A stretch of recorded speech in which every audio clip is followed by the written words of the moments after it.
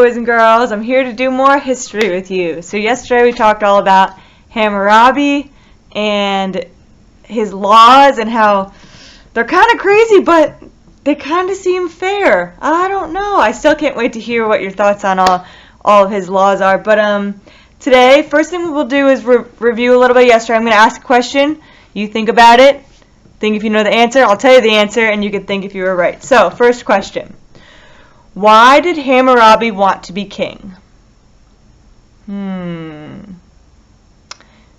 So that people would be treated fairly. So his goal as a king was to treat people fairly, unlike past kings that wanted to rule through making people scared, to rule through fear.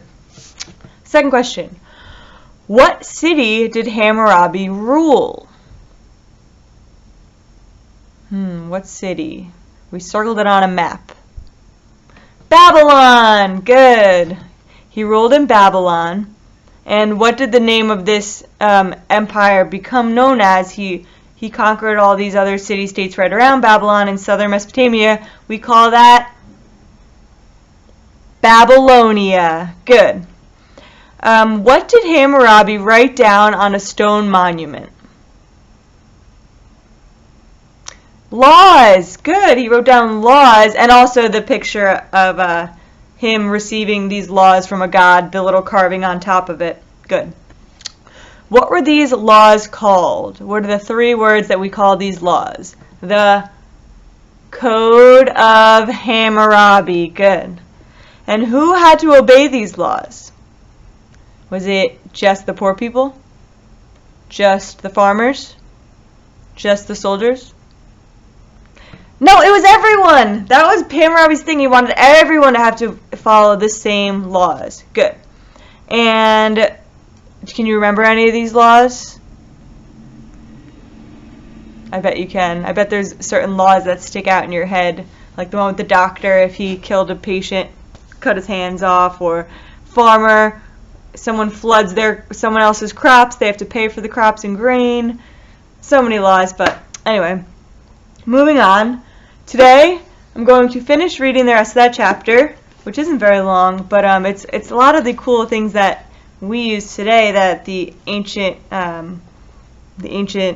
people of this time invented. So, I'm at the bottom of page 48 in our book if you have that reading in front of you. Hammurabi was a very religious man. He believed that the gods themselves had given him the Code of Hammurabi. So, he rebuilt many of the temples and ziggurats that had been destroyed in fights between city-states. So ziggurats are like the step tombs.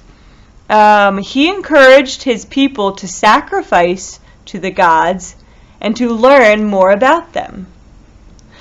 At that time, people in Babylon believed that they could find out what the gods were doing by watching the movements of planets and stars.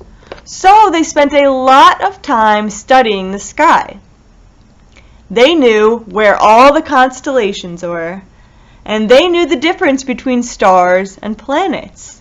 So amazing. 4,000 years ago, and they already were studying the sky so much that they knew the difference between a star and a planet, between a moon and a star. So, from watching the sky, the Babylonians were able to figure out that the earth goes all the way around the sun.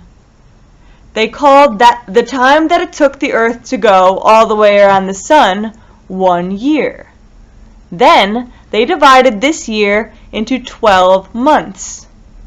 They were the first people to divide a year into 12 months, just like we do today. Can you imagine? They came up with the fact that each year is divided into 12 months. Those 12 months is one rotation around the sun. That all came from the Babylonians. Genius. The Babylonians were also the first to divide a day into 24 hours. It just keeps getting better. And to divide an hour into 60 minutes. So whenever you look at a calendar to see what day of the month it is, or look at a clock to see what time it is, You are using methods that we inherited from the Babylonians. Amazing. Genius. Genius. Pretty cool, huh? So, last thing we're doing today, our crossword puzzle. So, unfortunately, I don't have a printout of the crossword puzzle. I don't own a printer, and Mr. Sunley forgot to bring home a copy for me. So, I drew a picture of the page on the bottom, and I'm going to let you see that as we fill it out together, but I don't have the clues listed on my page. I'll be reading them off my computer screen. Actually, my cell phone screen, because my computer is how I'm filming this. But you can help fill in the crossword with me as we go. So, this crossword is actually a kind of tricky one because it makes you have to dig back in your brain for words that we haven't used this chapter. So it's all things from different people in the past that we've learned about. So, open up your brain, dig out in there. You're going to need your pencil and your crossword page. And I'm going to get my pencil and pull up the crossword clues for use. And let's begin. So remember with a crossword puzzle, there's clues that are for the ones going across and for the ones going down.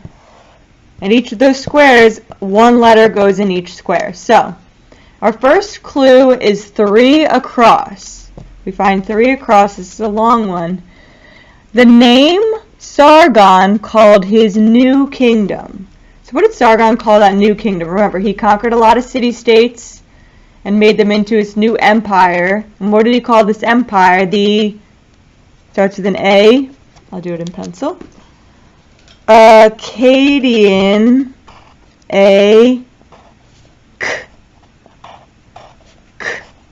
Akkadian Empire. Does that sound familiar?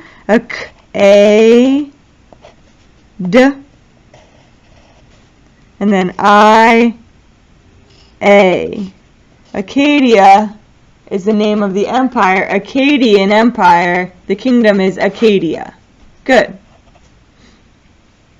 So, our next rule is for number 4 going across. 4 across. Oh, it's a little one.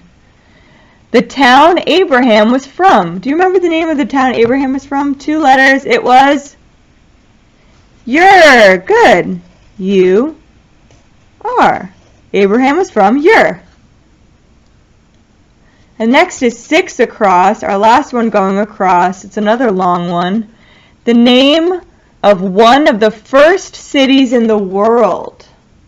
Do you remember the name of the first city in the world? This goes way back.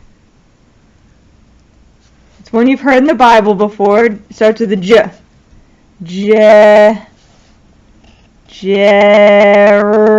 Starting to sound familiar. Jericho.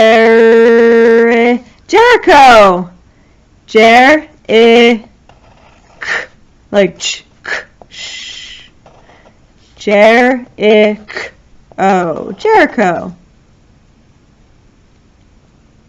Next we have the rules going down.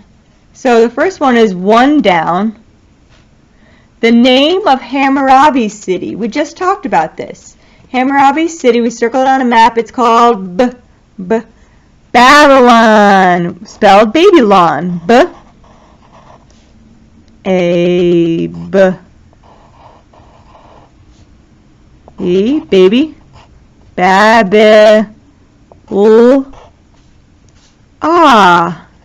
That O fits in nicely with the ah. Babylon. Good. Our next clue is for 2 down. Not the Euphrates River, the other one. Ooh, what are those 2 rivers that always go together? The blank and the Euphrates. The Tigris. Good.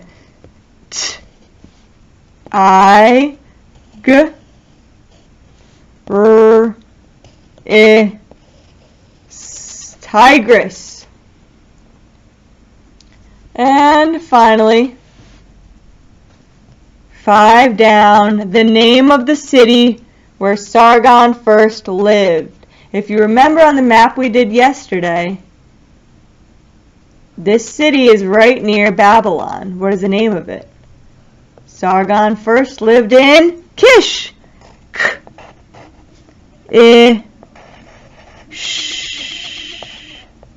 Kish. Very good.